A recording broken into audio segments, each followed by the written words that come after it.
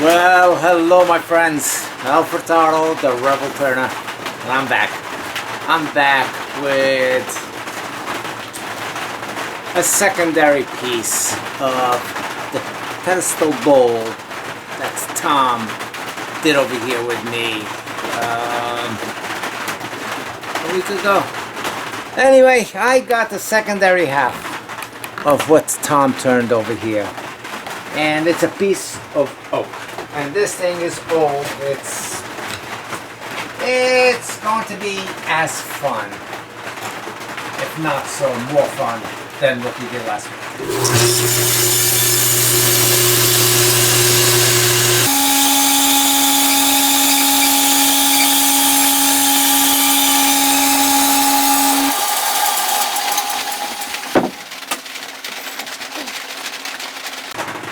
So it's going to have some funky stuff. It's going to have separated bark, which it already does, as you can see. It's going to have its challenges, but I want to explain to you why I do what I do and see how it's going to work out. This is an all end grain bark cut, and like I said, it's going to pose plenty of challenges. No, don't go away. Let's get started.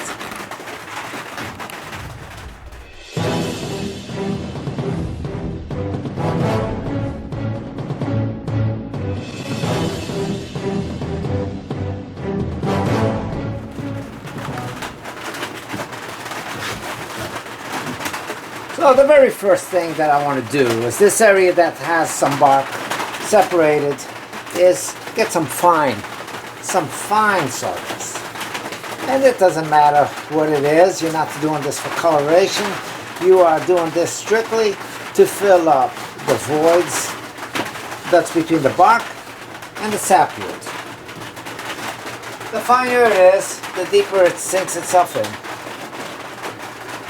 And that's all you're looking for, is for it to get in there as deep as it wants to.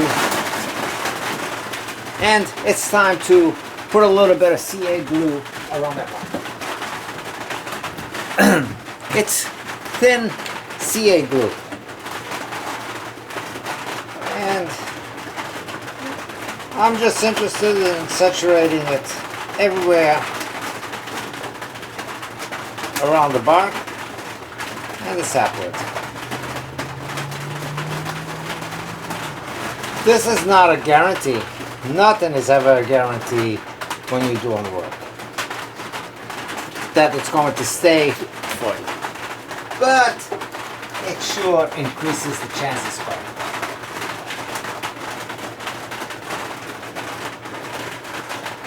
Now, a lot of this is going to be cut off, so I mean I can't really say that's going to stay all the way through. I will be exposing that as I cut, depending on how it's oriented. On a piece like this, it's slightly oblong, so the best way to center this is by weight on the lathe. And weight on the lathe, well, if I have it just on this point of the spur drive and the point of my live center, well, that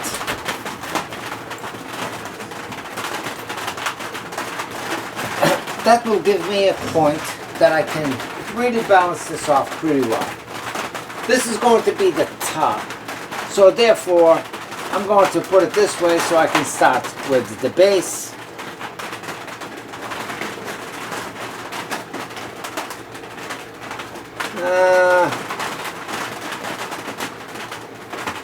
Yeah, I'll start with the base, make it then on this end, and then turn it over.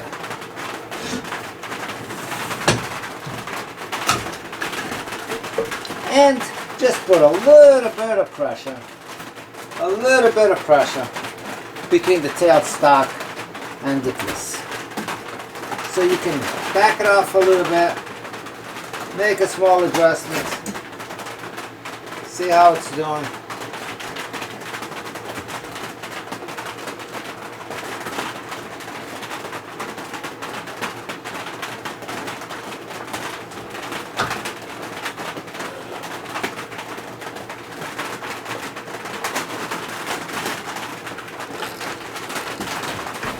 And once you feel that it's not turning itself to any specific spot, then you can start tightening it up. Between centers, when I say tightening it up, I really do mean tightening it up.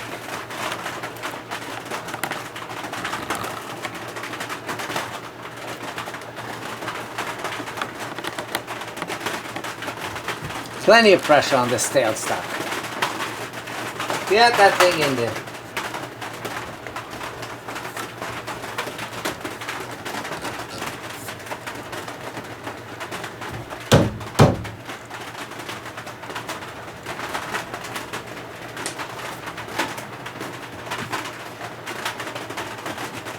Okay, any gouge, anything you got, with a decent sharp edge, even if it happens to be a cheap tool. This is a Harbor Freight bowl roughing gouge, and it's reground to give me the same effect as, or roughly the same effect as my bowl gouge. It's not the same thing. It's a heavy duty piece. I don't worry about beating it up. And go in here and start shaping this up. This will be the base. It will have a tenon for now. It will, I'll make this down to roughly the size that I think that I want it to be. Start caving it in and start bringing it in here towards the middle where I think the bowl is going to be.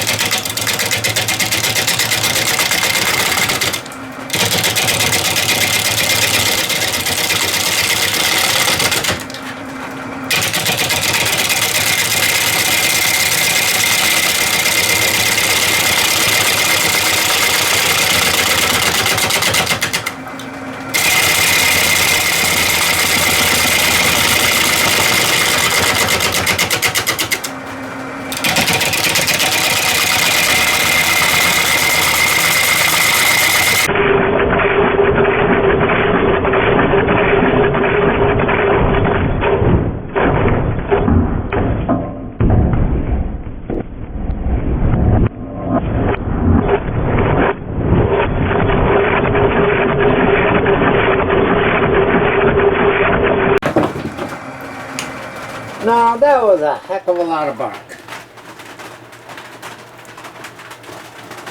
That was half of my bark.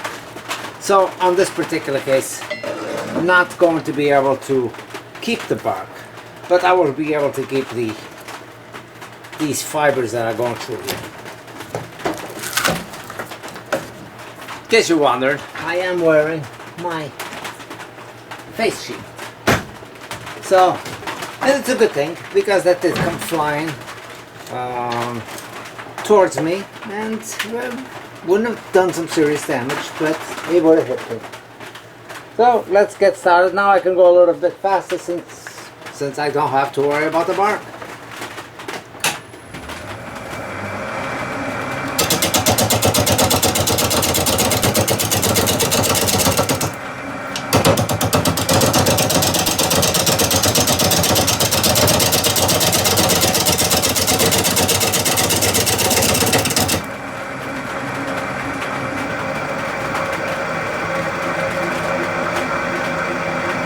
This is going 650 RPM.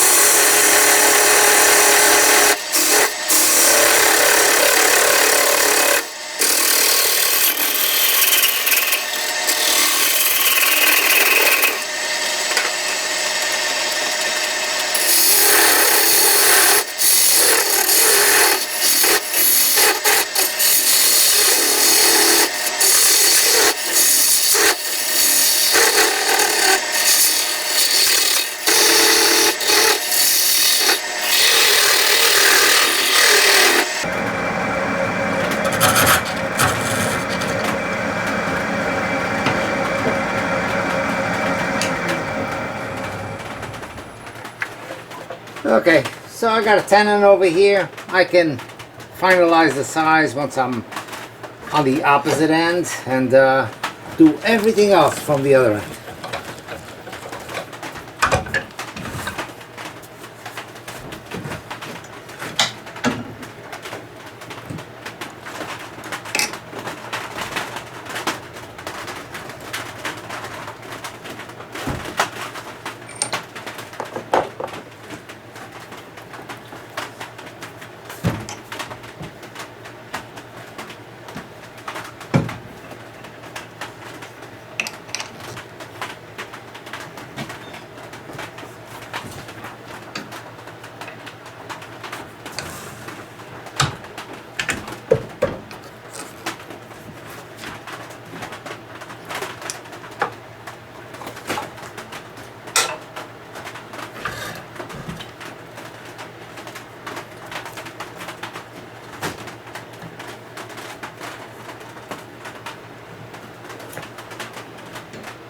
I'm going to go to my Hurricane 5/8 bowl gouge.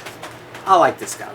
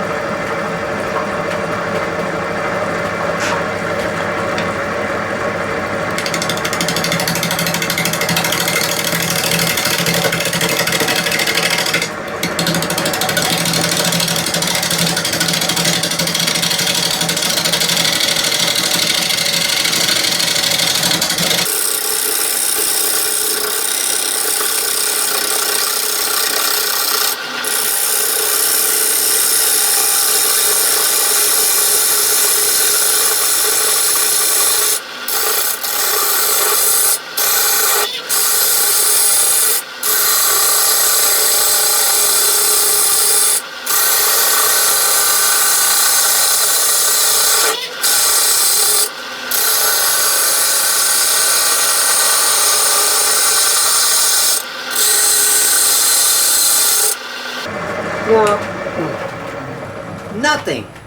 nothing is ever a standard that you do it all the time one particular way. You feel your tool, you feel how it's cutting, and you adjust constantly to your cut. As long as you don't do the initial approach on a dangerous manner, once you get in there and you feel you're putting too much pressure on the leg, being too aggressive, or you're way overcutting, make those adjustments on the fly. Not because you've seen somebody doing it, not because, oh, that's the standard. No, you always adjust.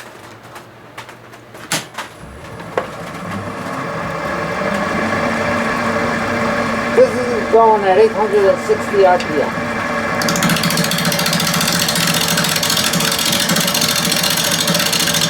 When I'm cutting, roughly, when I approach the wood, I'm approaching the flute roughly or approximately 45 degrees in the angle or the direction I want to go.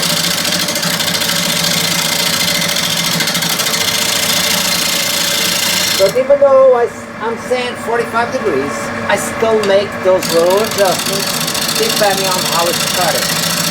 Just because I said 45 degrees, that does not mean it has to be 45 degrees. But that as an approach is a good starting angle, and then you adjust it slightly as you go.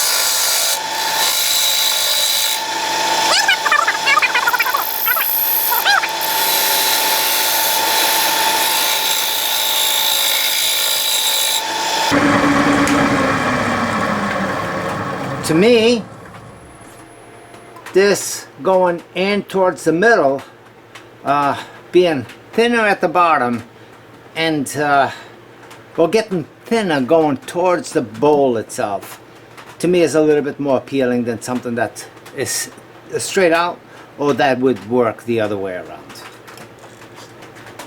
Always make adjustments to what you need.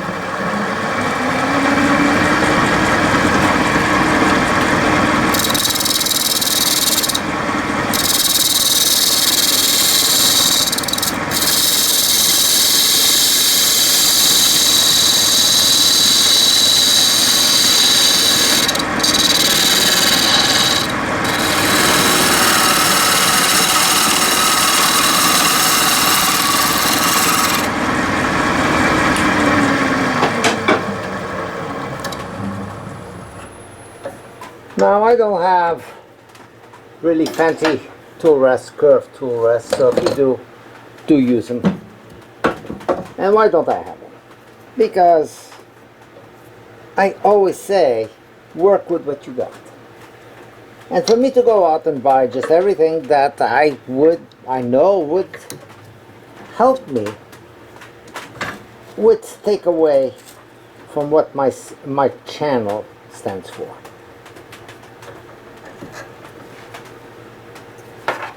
I've had curved tool rests in my cart online several times and always decided against it, not because it wouldn't do me any good, but because it takes away from what I believe in. Work with what you got.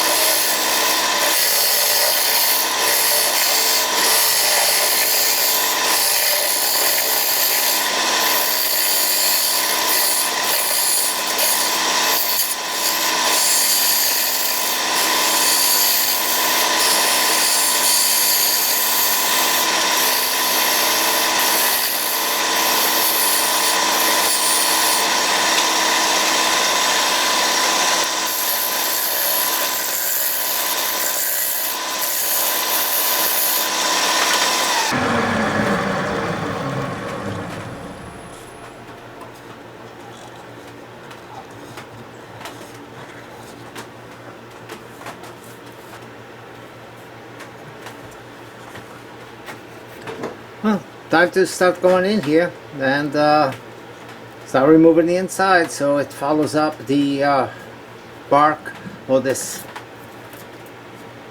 outer part of the sapwood to be the shape.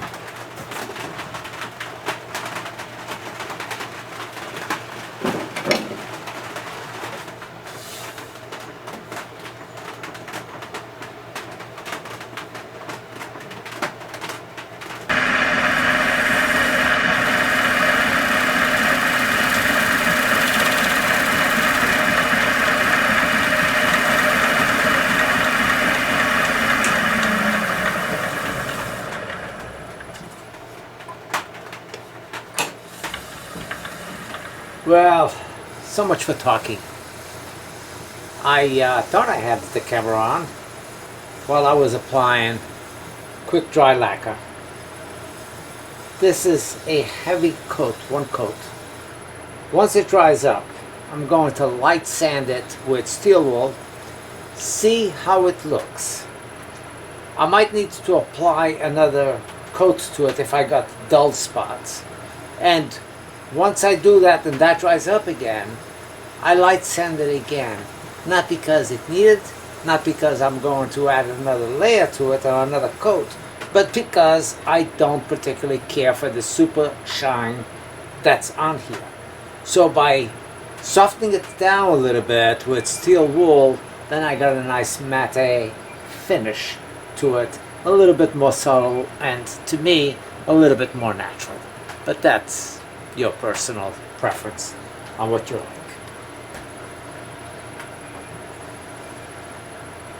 Be back in about 30 minutes. Okay, I'm back, and this has had a chance to dry up. So as I said, in this case I am breaking it down. I'm going to apply one more coat of clear lacquer to make it even, and then cut it down just slightly with a steel wool.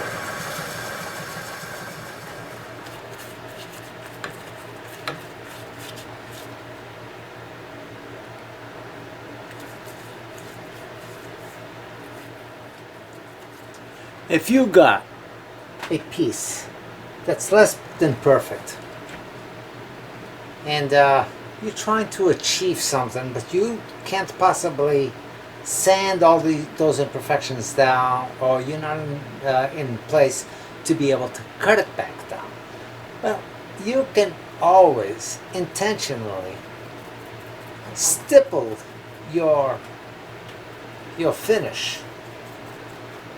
And in this case, I'm stippling it up to that line, that separation.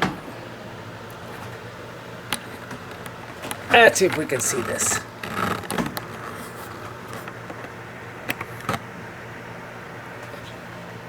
Okay, so I will keep it a flat or a nice finish from this line down. And on the outside edge, I will stipple it, because that is the edge that's actually a little bit rougher with the wobbling of the piece, the off balance, and the hardest parts to cut to get that super clean cut. So by dabbing it, it becomes an intentional look. And that's the whole thing. If something, at times you want something to look intentional, and at times you don't want it to look intentional. But the majority of the time you actually do.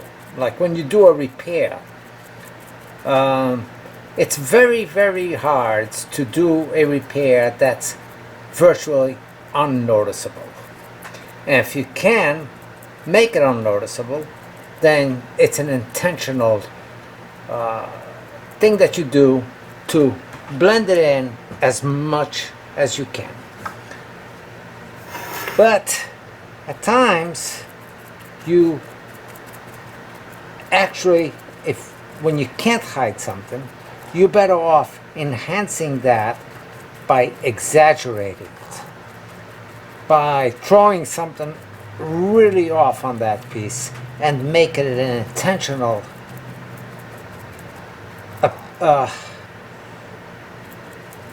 feature of that piece that you were working with.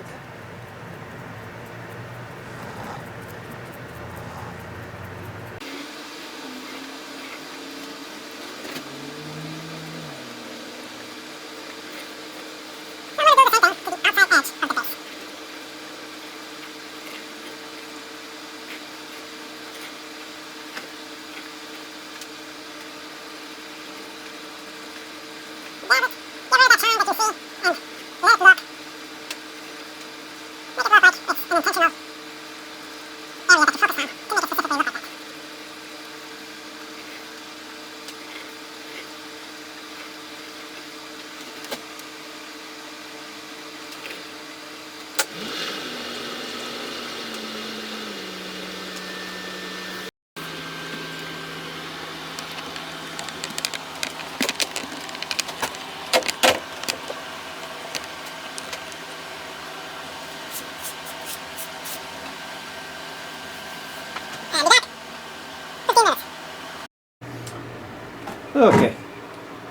Now this top, I think I want to do something a little different. I have a piece of cedar, aromatic cedar. I'm going to make a fit-in lid for this with a finger.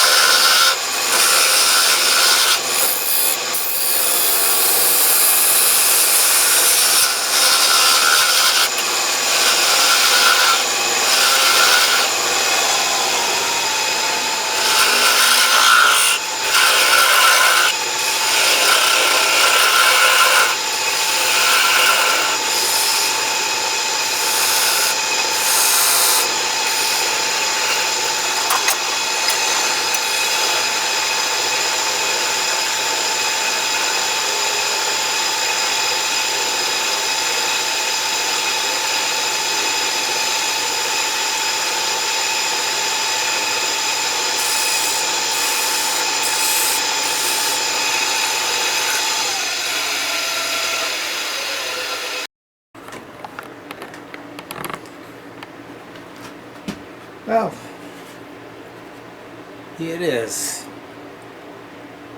For whatever it is, it's a potpourri box, hollow vessel. Fill it up with potpourri, leave the lid open for the aroma to come out, and you can display it this way, or you can put a candle on the top as well, or even flowers. It's a multi-use piece, depending on what you want to show off on it. I decided to make it into a little bit of a hollow vessel. That's the thing, we can always change it. And if I did not like it, and that's what I've always said many times, you can always take it off, but you can't add it on. While it was going, if I did not like it, I would just kept going to cut and eliminated it. But I thought that it was doing what I wanted it to do. I thought it was justified. The finial is red cedar. I did not want a skinny, tall finial for strictly decoration. I like things that you feel like you can handle it in most cases. That it's something that you can handle without feeling like or thinking you're going to break it. So I like things that are a little bit rugged, which also reflects some of the cuts that are going through here. The finish is somewhat subdued. It's not super gloss, but it's not completely flat. What I did on the wings, both inside and out, is I stippled the effect, because it has a little bit of tear out on these areas, and really can't sand it, or I didn't want to spend a ridiculous amount of time to hide what Mother Nature has done. So did the same thing on the outside. I stippled it from this line up on all the way around on the outside, inside, and I did the same thing with the outside edge of the foot, giving it that little stipply look, which matches the stipply look you get from the wood. Well, thanks for watching. Take it easy. We'll see you next time.